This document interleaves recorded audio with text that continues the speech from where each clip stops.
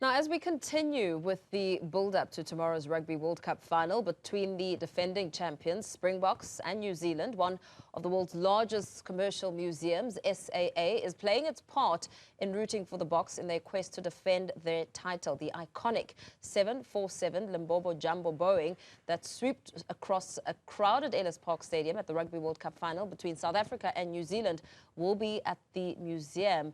Of course, let's get some analysis now. I'm joined by Peter Boshoff, who is the SAA Museum Vice Chairperson. A very good afternoon to you. Thank you so much for your time. You're hoping to revive some of that 1995 Rugby World Cup magic with this move. Talk to us about the idea behind it and why this will bring about those feelings of nostalgia. Well, I think, Ompo, the very first thing that one has to recall is that low-level flight path.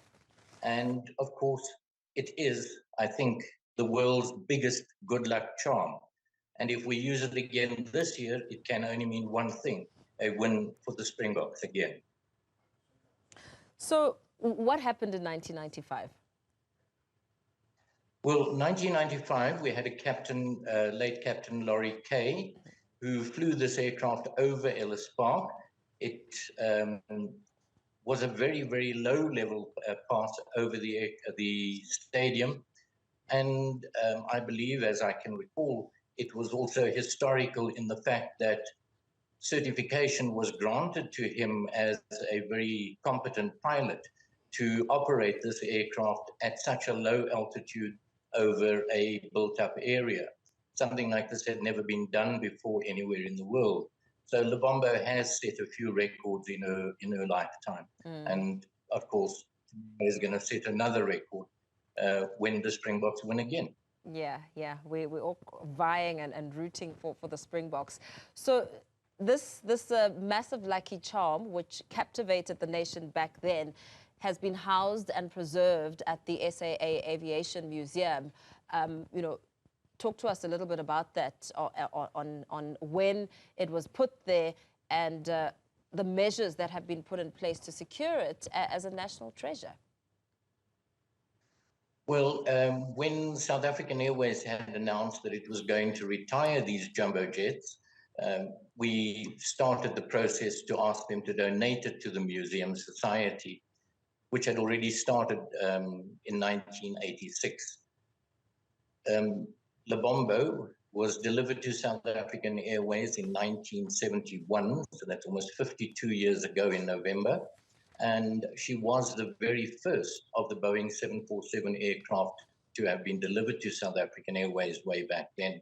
So that was partially her claim to fame, the fact that she was our very first, and it was fitting that she should have then been left to be an icon for the airline and for South Africa aviation in general.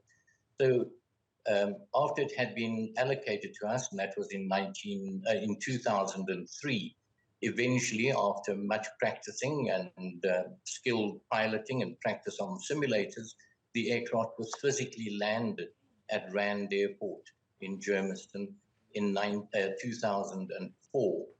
She stood in front of the airport terminal building for a short while we were preparing the museum space, and then she was towed into position. So has been with us for 18 years already. Sure. That's absolutely incredible. But you are going to be filming the Rugby World Cup. In terms of composition and the seating, how are you planning that? Well, we're going to be underneath the wings again, because that is what the public saw way back in 1995. So we're going to be under the wings, reading the message, "Good luck, Bokke," which is still painted on the bottom side of the aircraft, the underside. So that is there for everyone to see. And every time we druk a 3, we're going to shout, "Good luck, Bokke." We are live streaming the match under the aircraft. The guests will be all seated underneath the aircraft. And of course, we'll have a traditional South African braai to go with it, just to create the right atmosphere.